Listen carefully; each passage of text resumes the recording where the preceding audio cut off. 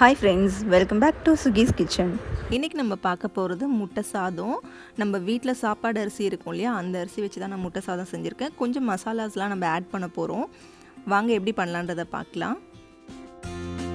இப்போ கொஞ்சமாக ஆயில் ஊற்றிக்கோங்க. நம்ம 3 முட்டை போட போகிறோம். இது ஃபஸ்ட்டு நம்ம பொரிச்சு எடுத்துக்கலாம்.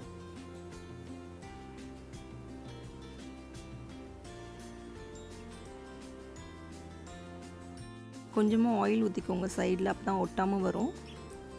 கொஞ்சம் மஞ்சள் தூள், கொஞ்சம் பெப்பர் தூள். மஞ்சள் தூள் வேணும்னா நீங்கள் போட்டுக்கோங்க, இது ஆப்ஷனல் தான். கொஞ்சம் ஸ்மெல் வராமல் இருக்கும், அந்த எக் ஸ்மெல் வராமல் இருக்கும், அதுக்காக தான் வந்து நான் மஞ்சள் தூள் ஆட் பண்ணுறேன். மஞ்சள் கருவெல்லாம் உடச்சி விட்டுக்கோங்க.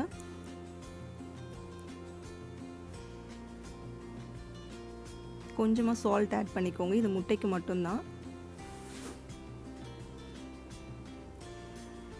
இந்த ஸ்டேஜில் நம்ம வந்து லைட்டாக பெரட்டி விட்டுக்கலாம். அப்போ தான் உங்களுக்கு பீசஸ் வந்து கொஞ்சம் பெருசு பெருசாக வரும்.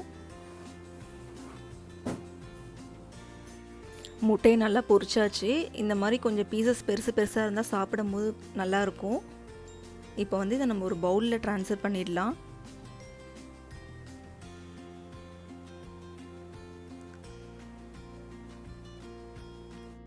அதே சட்டியில் கொஞ்சம் எண்ணெய் ஊற்றிக்கோங்க.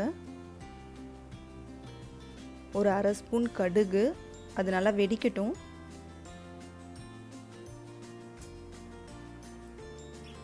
கடுகு நல்லா வெடிச்சிடுச்சு. இப்போ வந்து ஒரு 1/4 ஸ்பூன் வந்து ஜீரகம் ஆட் பண்ணிக்கலாம்.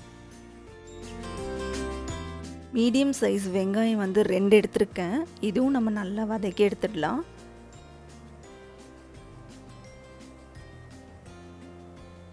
நல்லா வதங்கிடுச்சு. நான் 2 பச்சை மிளகாய் வந்து சின்ன சின்னதாக அரிஞ்சிருக்கேன், அதுவும் நம்ம இதில் போட்டுடலாம். ஒரு பீஸ் வந்து நான் கொடை மிளகாய் ஆட் பண்ணுறேன்.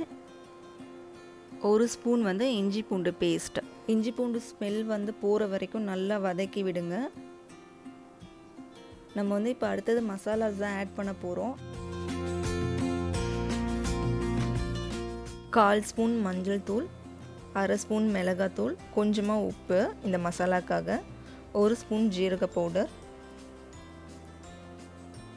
ஒரு 1/4 ஸ்பூன் தனியா பவுடர், 1/4 ஸ்பூன் கரம் மசாலா. அவ்வளோதான். இப்போ நம்ம எல்லா மசாலாஸும் போட்டுட்டோம். இது நல்லா கிளறி விட்டுக்கலாம். நல்லா வதங்கட்டும். மசாலா ஸ்மெல்லாம் போயிடுச்சு. இப்போ நம்ம முட்டை ஆட் பண்ணிக்கலாம். நல்லா கலந்து விட்டுருங்க. இன்றைக்கி நான் வந்து சாப்பாட்டு அரிசி தான் யூஸ் பண்ண போகிறேன். உங்களுக்கு வேணும்னா நீங்கள் பாசுமதி ரைஸ் யூஸ் பண்ணிக்கோங்க. நான் ஏற்கனவே சாதம் வடித்து வச்சுருக்கேன், அதை இப்போ இதோட சேர்த்து கிளறிடலாம்.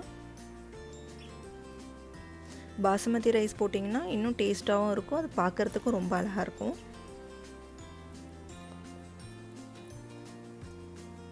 இதை நல்லா மிக்ஸ் பண்ணிக்கோங்க. இந்த ஸ்டேஜில் உங்களுக்கு உப்பு வேணும்னா நீங்கள் வந்து ஆட் பண்ணிக்கோங்க.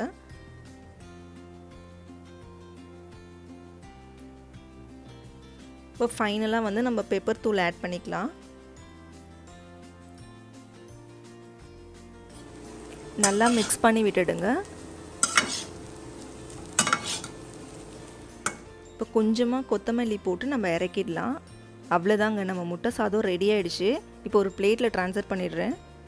இந்த வீடியோ உங்களுக்கு பிடிச்சிருக்குன்னு நம்புகிறேன். கண்டிப்பாக வீட்டில் ட்ரை பண்ணி பாருங்கள். என்னோடய சேனலை இது வரைக்கும் சப்ஸ்கிரைப் பண்ணாதவங்க சப்ஸ்கிரைப் பண்ணுங்கள், லைக் பண்ணுங்கள், ஷேர் பண்ணுங்கள். தேங்க்ஸ் ஃபார் வாட்சிங்.